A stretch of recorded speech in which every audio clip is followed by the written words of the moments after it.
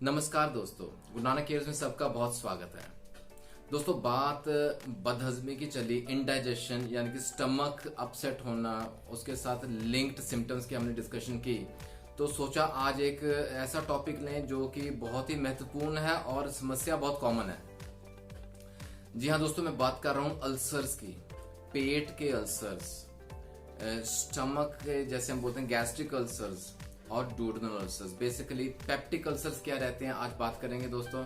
Ulcer हम किसे कहते हैं, पेट का अल्सर क्यों होता है, क्या उसके लक्षण है, साइन एंड सिम्टम्स क्या रहते हैं, कारण क्या है, कॉजेज एग्जैक्टली, रिस्क फैक्टर्स क्या हैं जिस वजह से वो बढ़ते हैं, डूज एंड डोंट्स का डिस्कशन करेंगे इन शॉर्ट और सरल भाषा में।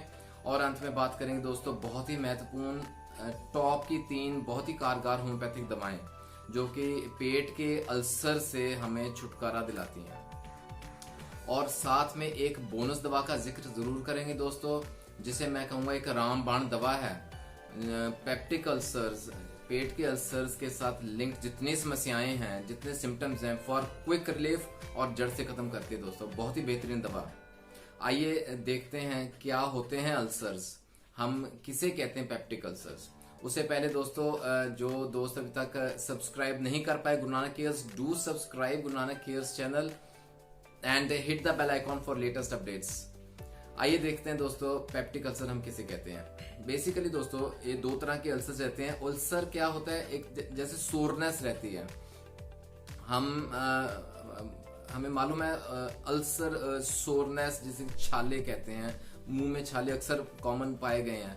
यही छाले अगर पेट के अंदर रहते हैं, इंटेस्टाइन के अंदर कहीं हैं, तो उन्हें हम अल्सर कहेंगे और लोकेशन के हिसाब से उसका नाम दिया गया है। अगर पेट में है तो स्टमक अल्सर्स या गैस्ट्रिक अल्सर्स बोला जाता है दोस्तों। और दूसरे हैं डुओडेनल अल्सर्स, जो स्टमक से, पेट से स्मॉल इंटेस्टाइन में ओपनिंग रहती है। The first part of the small intestine is called the duodenum. अगर उसकी इनर लाइनिंग, म्यूकस लाइनिंग कहीं इरोड हो गई है, वहां छाले पड़ गए हैं, सोरनेस हो गई है, वहां अगर अल्सर फॉर्म हुए हैं तो उसे हम डुओडेनल अल्सर्स बोलते हैं। तो ये 2 तरह के अल्सर रहते हैं, gastric ulcers and the duodenal ulcers, जिसे हम कॉमनली पेप्टिक अल्सर बोलते हैं। आइए दोस्तों, क्योंकि इनके सिम्टम्स देखते हैं क्या है, मिलते जुलते सिम्टम्स रहते हैं विद हार्डली एनी डिफरेंस। जो बहुत कॉमन सिम्टम्स है, लक्षण है, पेन रहता है सबसे पहले दोस्तों आफ्टर एवरी मील। कुछ भी खाया तो एक अंदर जाके जैसे जख्म में लगता है, चोट लगती है, जख्म पे कुछ गिर जाए तो वैसी फीलिंग रहती है।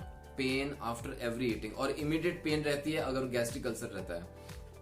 और डुओडेनल अल्सर में पेन रहती है खाना खाने के कुछ समय बाद, कुछ समय पश्चात। सबसे पहले और सबसे महत्वपूर्ण एसिडिटी रहती है दोस्तों, लगातार कांस्टेंट तेजाब बनना, ज्यादा देर खाली पेट रहा तो, और जब खा लिया उसके बाद फिर तेजाब बहुत बनता है, एसिडिटी रहती है। और एक दोस्तों GERD टर्म समझने लायक है, गैस्ट्रोइसोफेजियल रिफ्लक्स डिजीज हम बोलते हैं। उसका एक पार्ट रहता है जैसे मुंह में खट्टा पानी आता है while sleeping during night times या ड्यूरिंग लाइंग डाउन। जब हम आराम कर रहे होते हैं, सो रहे हैं, तो अक्सर देखा गया है कि जो खटास रहती है खाना खाने के बाद वो मुंह में आती है बार बार। ये एक ऐसा सिम्टम है जो कि गैस्ट्रिक अल्सर्स में देखने में मिला है। अपार्ट फ्रॉम दैट दोस्तों वॉमिटिंग्स रहती है, नोजिया की फीलिंग रेगुलर रहती है, कई बार तो खून की उल्टी भी आती है इन सीवियर केसेस, क्योंकि अल्सर जब फट जाता है तो वो ब्लीडिंग होने के चांसेस रहते हैं। And then there is loss of appetite रहता है, वजन कम हो जाता है खाने के, क्योंकि भूख जो कम रह गई है। तो ओवरऑल जो है फिजिकल वीकनेस रहती है पेशेंट में। तो दोस्तों ये तो थे सिंपल कॉमन देखने में लक्षण जो उभर के सामने आते हैं in case of gastric ulcers and peptic duodenal ulcers. दोस्तों कारण क्या रहता है इनका, सबसे पहले सबसे महत्वपूर्ण एक हेलिकोबैक्टर पाइलोरी नाम का बैक्टीरिया रहता है, H पाइलोरी जिसे हम बोलते हैं। वो नुकसान पहुंचाता है अंदर, म्यूकस की जो लाइनिंग है अंदर वो उसे इरोड करता है। एक्चुअली वो एक केमिकल रिलीज करता है जिस यूरिएज बोलते हैं, जिस वजह से वो लाइनिंग इरोड होती है और जो हाइड्रोक्लोरिक एसिड फॉर्म होती है अंदर स्टमक में, वो एकदम से जलन करती है क्योंकि inflammation of the inner lining of the mucosa हो गई है। H पाइलोरी जो मेन कारण रहता है। उसके अलावा दोस्तों कई बार देखा गया है कुछ हल्का फुल्का दर्द भी रहा तो बहुत जल्दी हम पेन किलर्स खा लेते हैं, वो नुकसान पहुंचाते हैं दोस्तों। लॉन्ग टर्म बहुत ही भयंकर उसका साइड इफेक्ट रहता है, वो अंदर छाले बना देते हैं, अल्सर्स फॉर्म कर देते हैं। और इन ड्रग्स को हम नॉर्मली बोलते हैं NSAIDs, non steroidal anti inflammatory drugs. Aspirin भी एक ऐसा है, आइबुप्रोफेन है, पेन किलर्स जो कॉमन, निमोसुलाइड है, कीटोप्रोफेन है। There are so many other pain killers, pain relievers हम कह सकते हैं। खा तो लेते हैं लेकिन ये भयंकर साइड इफेक्ट छोड़ जाते हैं। स्ट्रेस एक तीसरा बहुत मेजर कारण माना गया है दोस्तों। स्ट्रेस जो रहता है रिलेटेड टू एनीथिंग, लेकिन वो अंदर नुकसान पहुंचाता है, अल्सर कॉज कर सकता है अगर लॉन्ग टर्म स्ट्रेस रहता है तो। एंड देन ऑफ कोर्स दोस्तों, अपार्ट फ्रॉम दैट, हमारे जो इनटेक है, जो खाना हम खा रहे हैं, किस तरह का खा रहे हैं, स्पाइसी ऑयली फूड खा रहे हैं, लेट नाइट डिनर्स कर रहे हैं, और डिनर के बाद जो सोने में समय कम है, मूवमेंट कम है, फिजिकल एक्टिविटी कम है, सीडेंटरी लाइफस्टाइल है, ऑल दीज एक्टिविटीज जो हैं, ऑल ये जो रिस्क फैक्टर्स हैं, they all contribute towards the formation of peptic ulcers, specially the gastric ulcers. Diagnose करने के लिए दोस्तों सिंपल एंडोस्कोपी रहती है, जिसे हम गैस्ट्रोस्कोपी भी बोल सकते हैं। तो उसमें क्लियर पिक्चर आ जाती है कि कहाँ अल्सर फॉर्म हुआ है, वो छाले कहाँ हैं, इरोजन कहाँ हुई है म्यूकस मेम्ब्रेन की, और कितने हद तक वो डैमेज हो चुका है। आइए दोस्तों बात करते हैं बहुत ही महत्वपूर्ण जानकारी, होम्योपैथिक की टॉप की 3 बहुत ही महत्वपूर्ण दवाएं। सबसे पहले सबसे फॉरमोस्ट दवा दोस्तों हाइड्रास्टिस। हाइड्रास्टिस दोस्तों मदर टिंचर फॉर्म में हम दे सकते हैं, क्यूब फॉर्म में।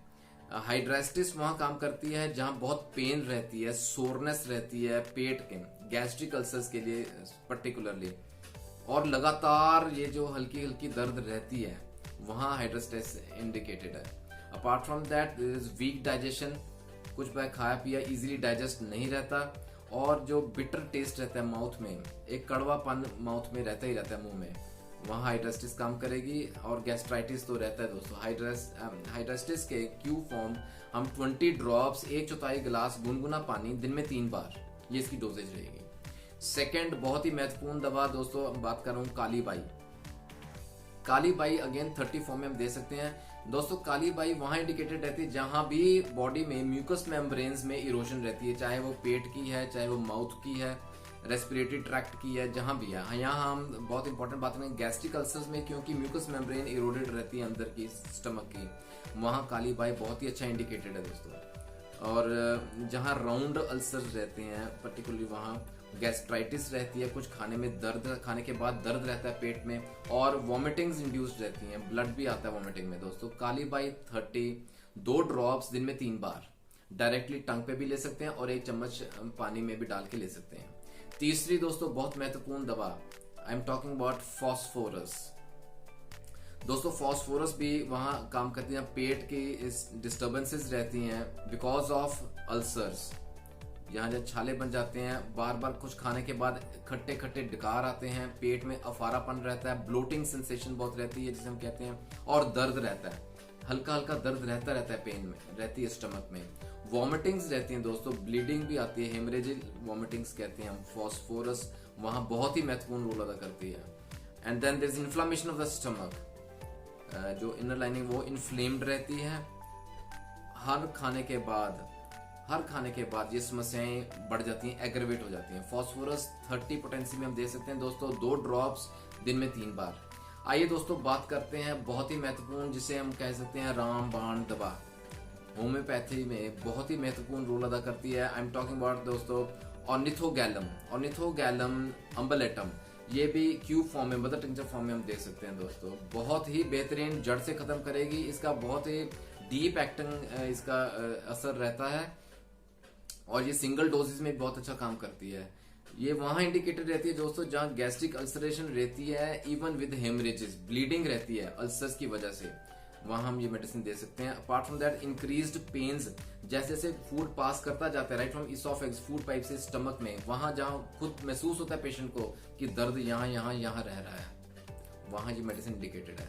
और अपार्ट फ्रॉम दैट दोस्तों स्टमक डिस्टेंडेड रहती है, बार बार डकार आते हैं खाना खाने के बाद, और बहुत ही ऑफेंसिव स्मेल रहती है डकार की, पेनफुल रहता है दोस्तों, जैसे ना एक सिंकिंग फीलिंग रहती है अक्रॉस द एपिगैस्ट्रिम, गैस्ट्रिक रीजन के जस्ट अबव दैट, जैसे एक सिंकिंग फीलिंग, जैसा दिल बैठा जा रहा है, बेचैनी रहती है वहां भी, और भूख कम लगती है, वेट गिरने लगता है पेशेंट का।